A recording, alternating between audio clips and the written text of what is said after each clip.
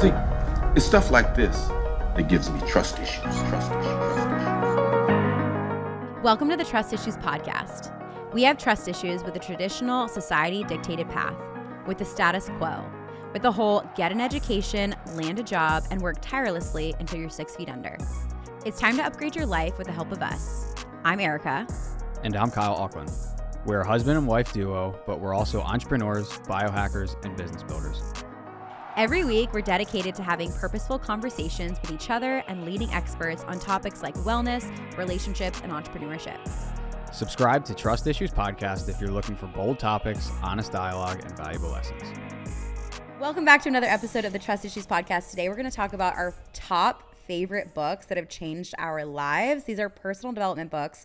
If you're someone who wants to shorten the time frame for your success because you want to learn from people who have gone before you and who know their stuff, you need to dive into books. I mean, it's literally one of the cheapest ways for you to learn and create your own success. I know when we were dead broke, we were reading a lot of books and learning a lot from people and our mentors in the book. So today we're going to dive in. We're going to talk about what books they are. So maybe get a notebook handy so you can write these down because you're going to want to add them to your Amazon cart.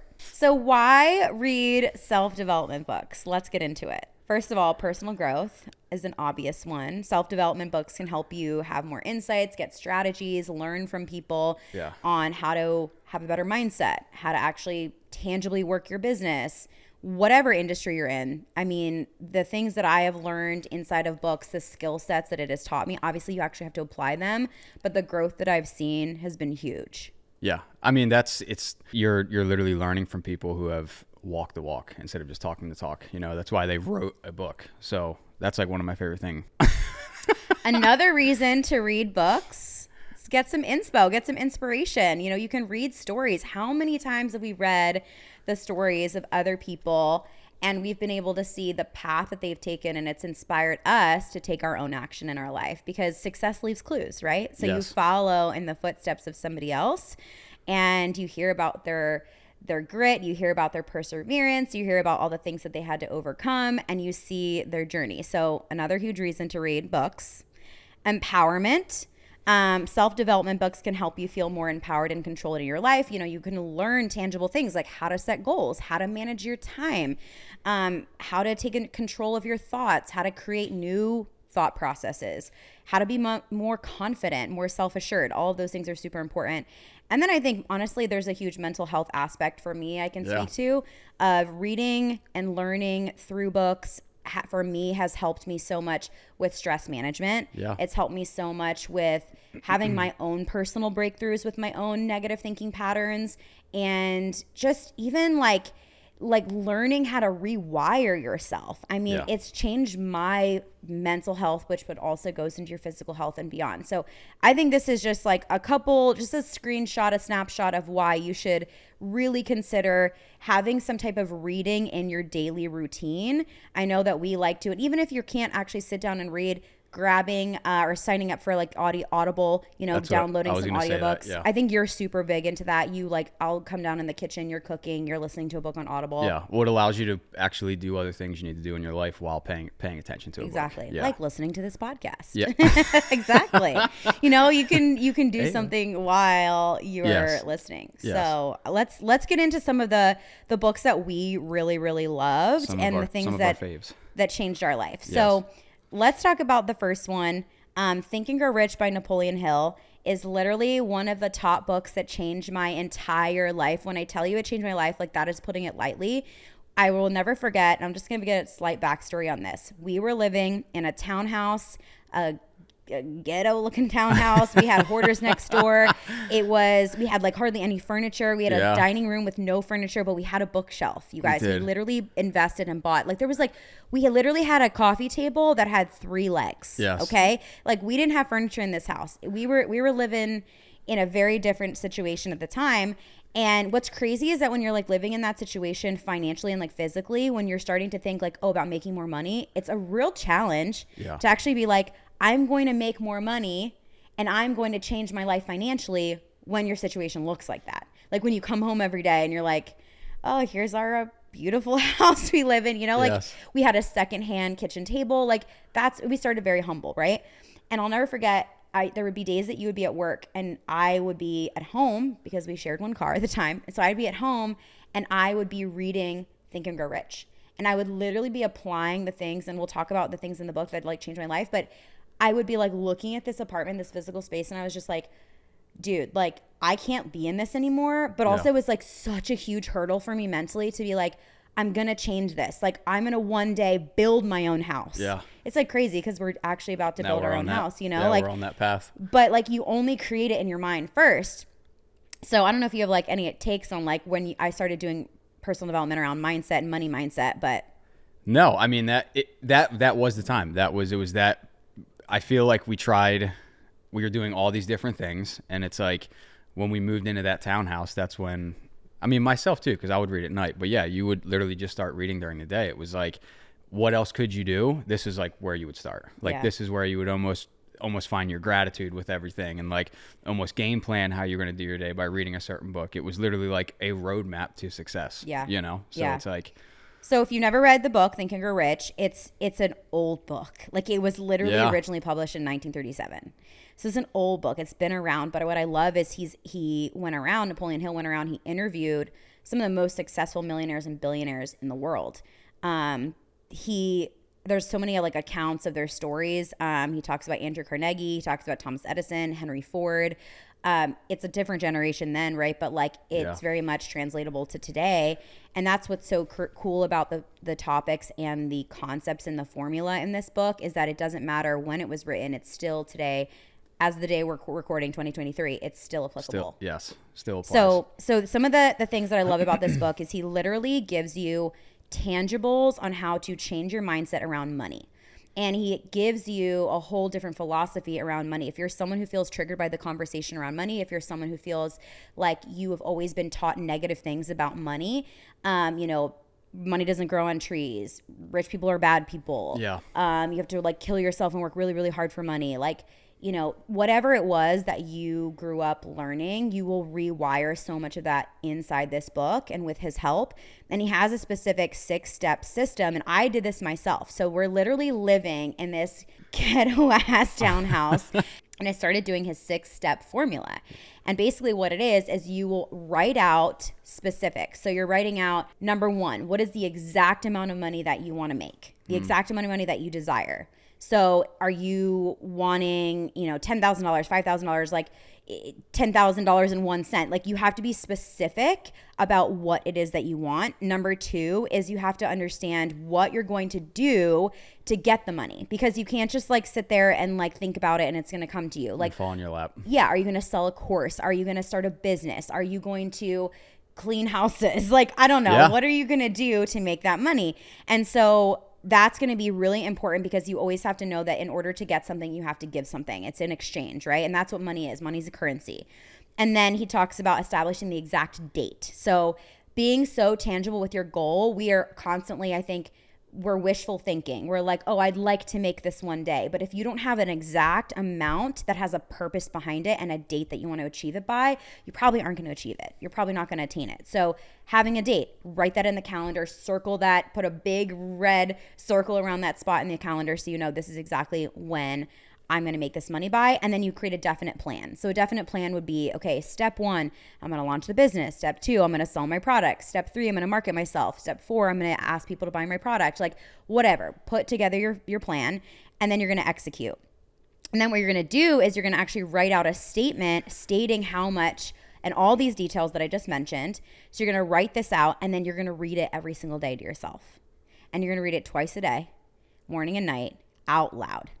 And I literally felt like a crazy person, because when I started doing this, we had never really done personal development before. And so I would be like, I am so happy and grateful that I have attained by this date. Yeah. And I would just like, you almost feel crazy when you start doing this. But the truth is like, that's how you change your mindset. You have to speak it. You need that little aspect of crazy though. Yeah. It helps you change. It's like you're the whole process, you have to almost embrace that. 100%. It's, and just, I like all those steps. It's like, because if you have the perfect game plan, if you start mapping this stuff out, but you're someone who still like lives in scarcity and you have no idea how much money you want to make for the reasons why you need to make it, you're never going to, attain those goals, you know? So it's like, you have to follow each of those steps. But Yeah, I remember that. This is the stuff they don't teach you in school, you know? No. So one of my favorite quotes from the book is, if you do not see great riches in your imagination, you're never going to see them in your bank account. Right there. And boom. I mean, period. So mic drop. Let's move on. Yes. Let's talk about your book, I think. So one of them I put in there was Obstacle is the Way by Ryan Holiday. I love this book. He has a couple books. Obviously, he runs the Daily Stoic.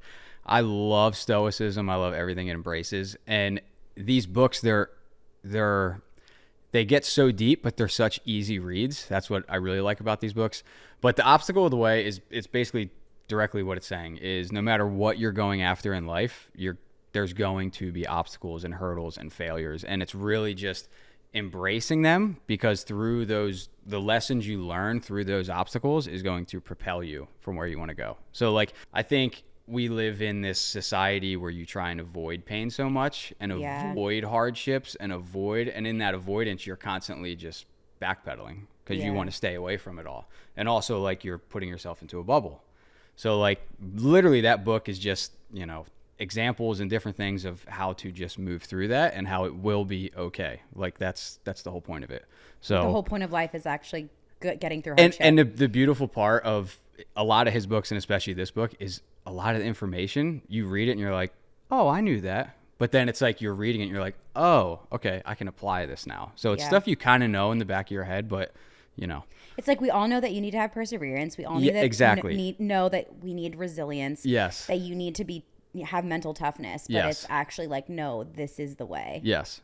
And it's like, I mean, who is it?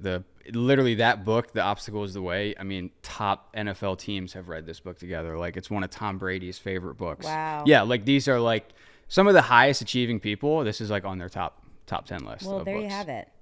Is Obstacle is the Way. One of the quotes from the book that we pulled that I thought was really good is, failure shows us the way by showing us what isn't the way. And I think that's such a beautiful way to sum that up. How many people are they're avoiding pain, they're avoiding failure constantly, but failure is the way, And there was one quote I pulled, and it's the one I've just kind of held on to on my phone, but he says, focus on the moment, not the monsters that may or may not be up ahead.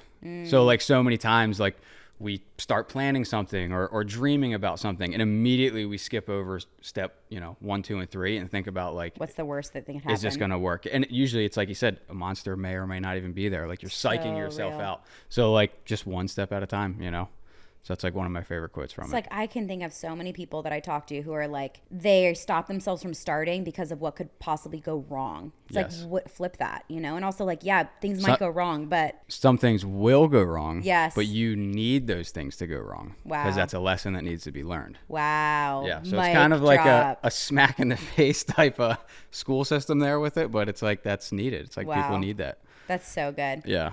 Okay, next book, one of my all-time favorites, one of my top recommended books, especially for the girls that I work with, the women that I work with. It's The Big Leap by Gay Hendricks, and he really talks about overcoming the barrier of, like, he talks about so much about fear, and he talks about so much of, like, I mean, the idea of the big leap is, right, like, you're going and you're moving towards happiness and fulfillment, and obviously that's the point of our life that we want to achieve, but he talks about the things that stop us. It's really all about our upper limits and our personal limiting beliefs, and how many of us carry limiting beliefs about ourselves, about our success, about our stories, about where we've been, about where we think we can go. Yes. And he dives really into this. And he also talks a lot about your zone of genius and figuring out what are the things that you are naturally, innately gifted at that you can use to achieve the potential, or use to achieve the success that you want to achieve, whether it's financial, whether it's in personal, it's finding the love of your life, or just having general happiness. And Gay Hendricks is amazing. I mean, he has helped and he's worked with several Fortune 500 companies and execs. And this is a book that has really been used in the corporate world a ton. But I think that it applies and it's applicable to any person in any industry, truly.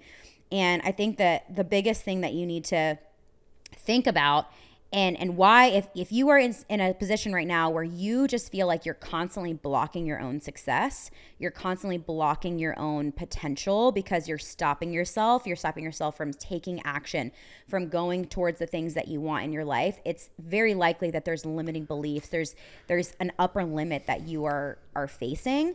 And he really helps you flip that. One of the things that he says in the book that I've used this analogy like probably 1,000 times at this point with the girls that I work with, he says that fear is excitement without breath. Wow. And, I think that we're constantly, living in a world of people telling us to fear this or fear that, or we're constantly talking about our fears.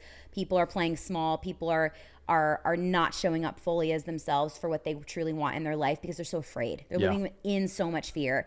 And fear is normal. It's kind of like what we just talked about with the obstacle, right? Yes, Obstacles are normal. Fear is normal.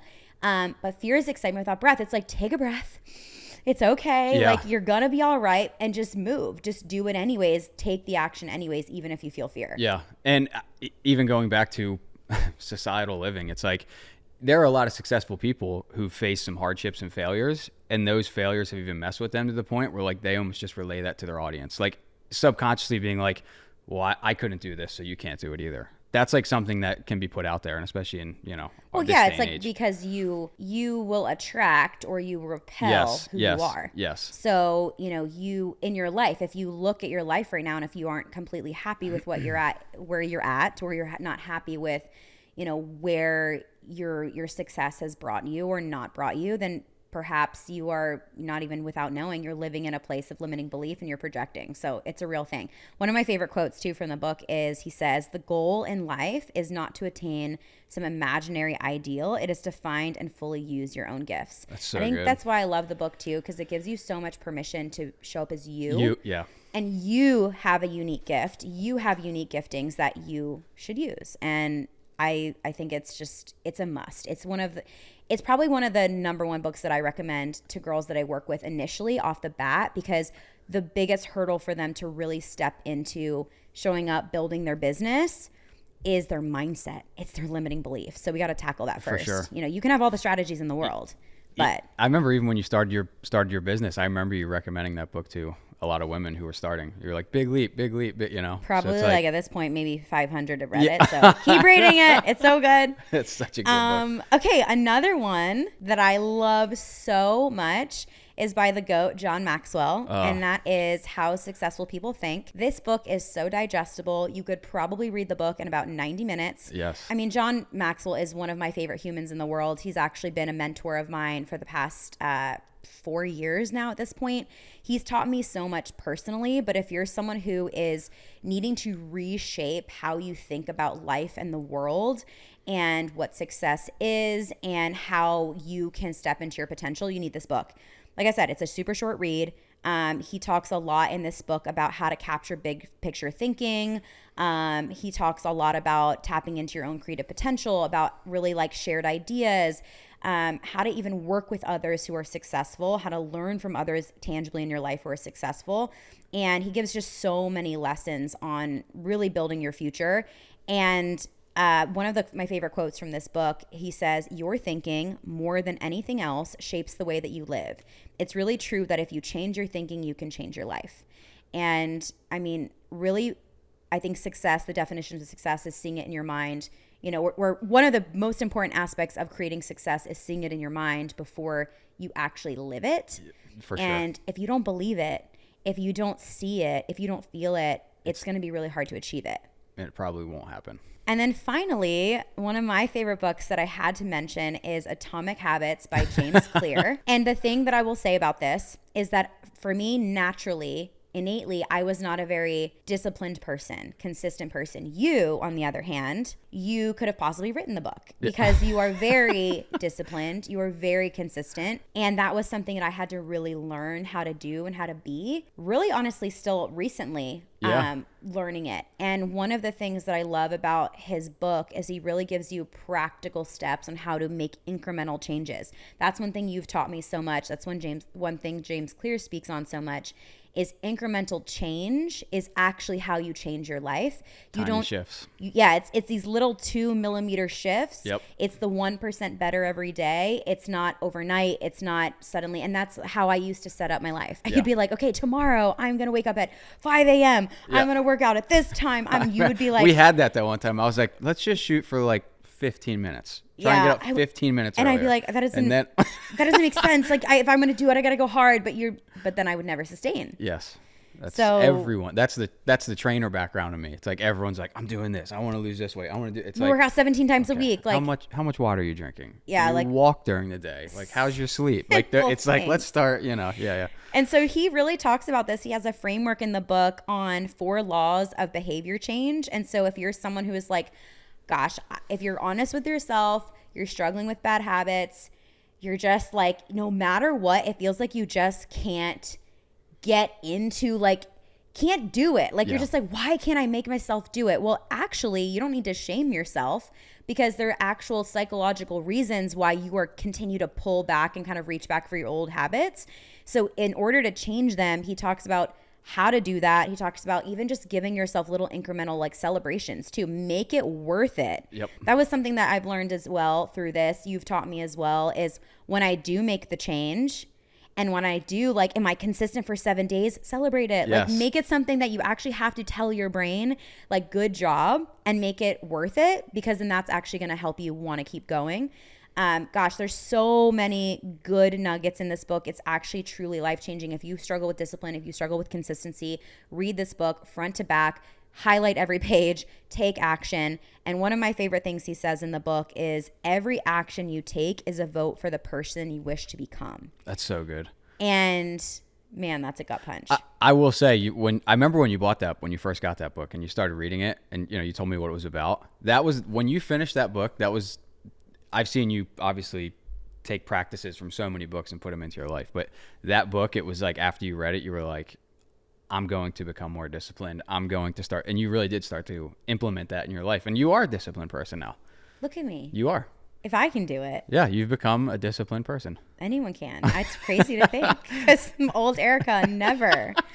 So pat yourself on the back. I'm proud of that. But yeah, the book works. And that's the thing that I'll say about all these books. Yeah. You can read all the books. You can buy all the books. You can download all the books.